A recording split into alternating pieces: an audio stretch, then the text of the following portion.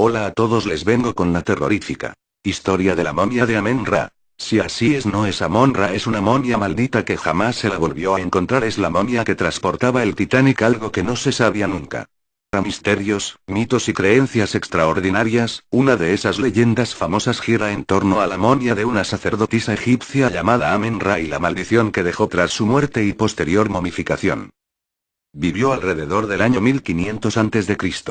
Cuando murió fue depositada en un bello sarcófago de madera, embalsamada y enterrada en una cripta en Luxor, junto a la ribera del Nilo. Más de 3000 años después, a finales de 1890, 4 jóvenes adinerados de Inglaterra visitaron las excavaciones que se desarrollaban en ese lugar. Allí pudieron contemplar el hermoso sarcófago de la princesa recién extraído de la cámara mortuoria.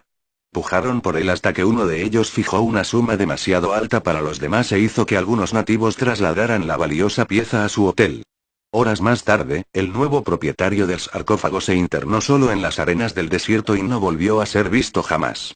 Al día siguiente, uno de sus 3 compañeros perdió un brazo tras ser herido accidentalmente por el disparo de uno de sus criados egipcios. La maldición atacó a los 2 restantes. Al volver a Inglaterra, uno descubrió que sus ahorros se habían esfumado. El otro quedó inutilizado por una grave enfermedad y terminó sus días vendiendo cerillas en la calle. Tiempo después, y tras la racha de infortunios, el sarcófago llegó a Inglaterra dejando un rastro de desgracias. Su nuevo dueño, un empresario del lugar, sería una nueva víctima de la cadena de extraños percances. 3 de sus parientes resultaron heridos en un accidente de coche y su casa se incendió. La superstición pudo con el caballero, y donó la pieza al Museo Británico. La supuesta maldición actuó ya durante el transporte del objeto, ya que el camión se puso en marcha de forma inesperada y atropelló a un peatón. Además, uno de los operarios que lo llevaba se rompió una pierna y otro murió a los pocos días aquejado por una enfermedad desconocida. Los problemas se agravaron cuando el precioso ataúd se colocó en la sala egipcia del museo. Los vigilantes escuchaban golpes y sollozos que venían del interior del sarcófago. Otras piezas se movían sin causa aparente. Se encontró a un guardián muerto durante la ronda y los otros dejaron el trabajo. Las limpiadoras se negaban a trabajar cerca de la momia. Por fin se decidió trasladar la pieza al sótano para evitar problemas. No funcionó. Uno de los conservadores murió y su ayudante cayó muy enfermo. La prensa comenzó a hacerse eco de la maldición. Un reportero hizo una fotografía del sarcófago. Cuando la reveló, había una horripilante cara humana en lugar del pacífico rostro bellamente pintado en la madera. Se dice que, tras contemplar la imagen durante un rato, el fotógrafo se fue a casa y se pegó un tiro. Finalmente, el Museo Británico decidió desprenderse de la princesa. Un coleccionista la compró y, tras la clásica cadena de muertes y desgracias, la encerró en el desván y buscó ayuda. El llamamiento del asustado caballero fue atendido por Madame Helena Blavatsky, toda una autoridad en el mundo y tema esotérico ocultista de principios del siglo XX. Nada más entrar en la casa sintió como una presencia maligna emanaba del desván. Descartó la idea del exorcismo y suplicó a su propietario que se deshiciera de ella con urgencia. Pero ¿quién, en toda Inglaterra, iba a querer comprar una momia maldita?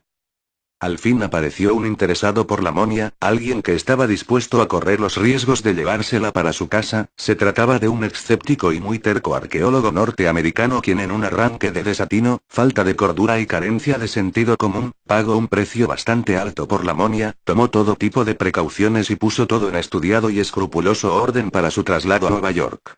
Entre otras medidas se ordenó la construcción de una caja metálica superblindada y perfectamente hermética en cuyo interior la sacerdotisa haría el viaje hacia Norteamérica.